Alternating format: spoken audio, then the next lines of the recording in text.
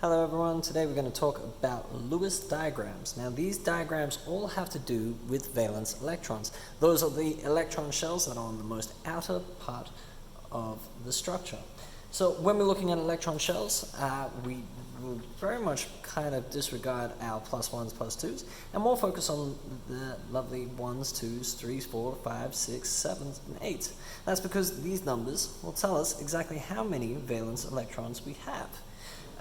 When we see this lovely, here you can see I've put a couple of elements down before us, and what we're going to do is I'm going to show you how to draw the valence electrons for this. Now very simply we will be using this slightly, so I will place this over the side and we will start like this. The first one that we're picking on is lithium. Lithium is in the 1 column and therefore only has 1 valence electron. Now the valence electrons do have a special little order that they do get placed on. We tend to start with the north, south, then east, and then finally finish on the west. So if it's only got 1, what we'll do is put 1 dot. For beryllium, beryllium is in the 2nd column, so we'll get 1, 2. If we move even further across, now we've got boron. Boron is in the 3, so we've got 1, 2, 3. Moving across to carbon, carbon is in that 4 column, so we'll have 1 dot, 2 dots, 3 dots, 4 dots. If we move further down, let's go back down to sodium. And nitrogen, sure. Nitrogen is got our 5 column. And so with the 5 column, we've got 1, 2, 3, 4, and then back to the north, 5. Move it across to oxygen. Oxygen is in my 6th column. We'll have 1 north, 1 south, 1 east, 1 west, 1 more north, 1 more south. It's 1, 2, 3, 4, 5, 6. We move across again. Let's go to fluorine. Fluorine now has got my lovely 7. So 1, 2, 3, 4, 5, 6, 7. Now you can see that's 1 north, south, east, west, north, south, east. Taking a little bit of a shortcut there. If we start again, let's go back down to sodium. We all know my joke about sodium. Nah. Now sodium is just 1, so we'd have 1 single dot there.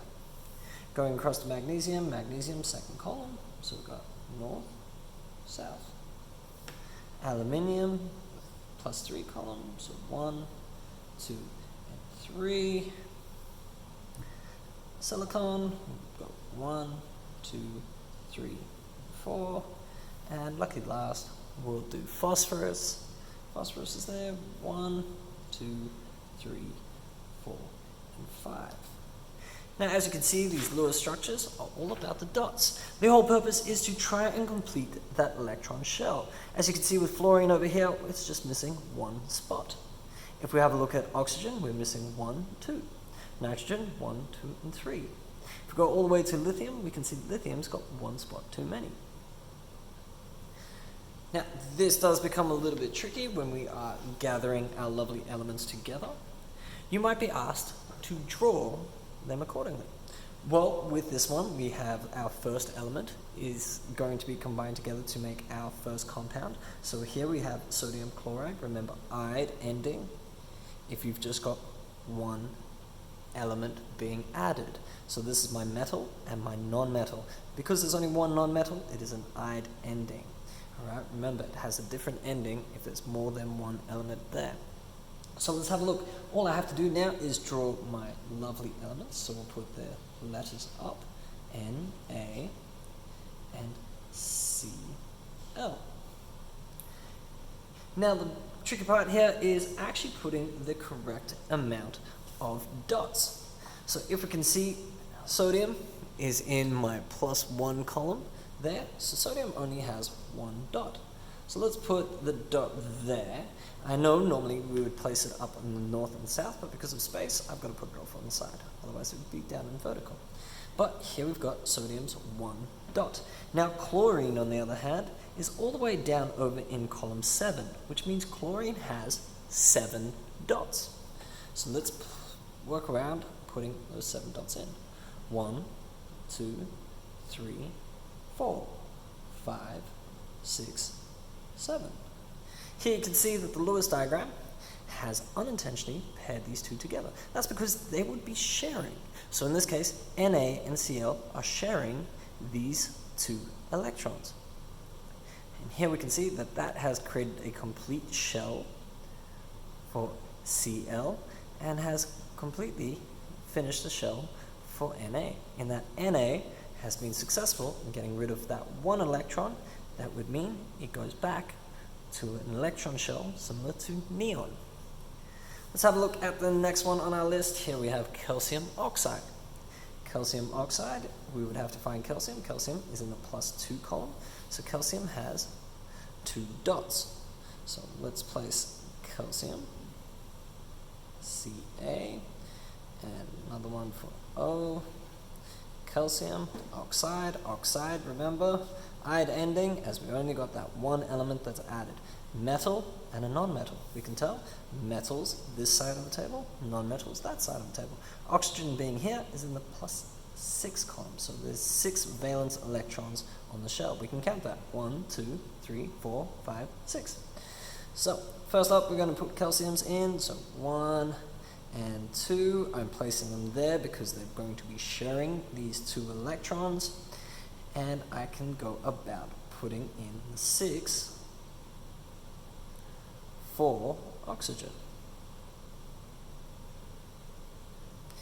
Here we can see oxygen's got 1, 2, 3, 4, 5, 6, 7, 8 now, and calcium has gotten rid of its 2 that it needed to get rid of in order to go back 1 and 2 spaces to go back up to argon. Alright, now that does not mean that calcium transforms into argon. No, it means it has a shell structure similar to that of argon.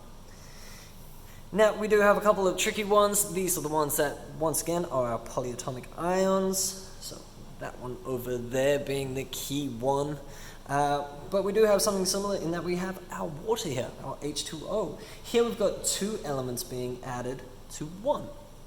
So how would we do this? Well, start with the element that is the singular and place both elements split up around it. So in this case, I've got my 2 H's and my single O.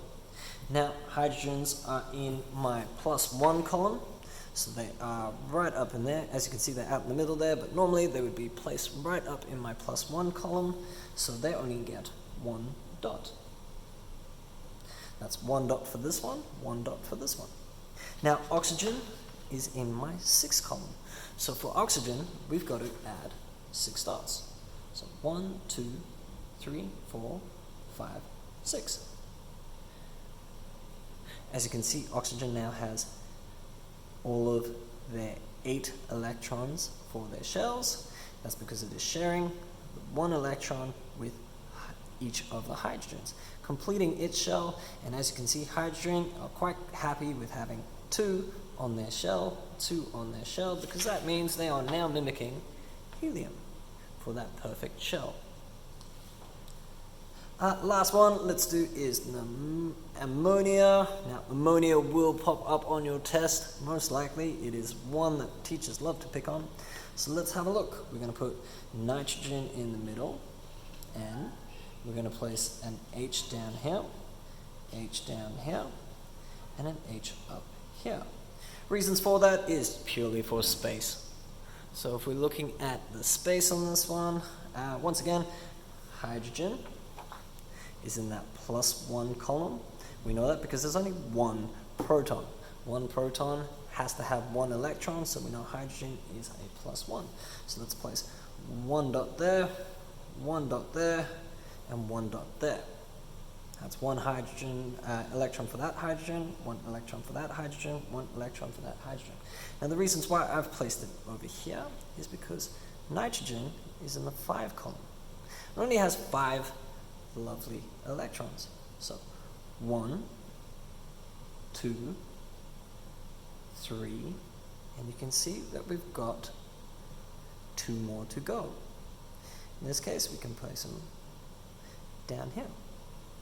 Now, do they have to be all in these weird angles? No, not necessarily. You could have put them side on that one. So here we have 1, 2, 3, 4, 5, 6, 7, 8. Nitrogen has a complete shell. Hydrogen's got that too. This hydrogen's got that too. This hydrogen's got that too. And now we have got a complete shell for that one. I hope this has helped. Thank you.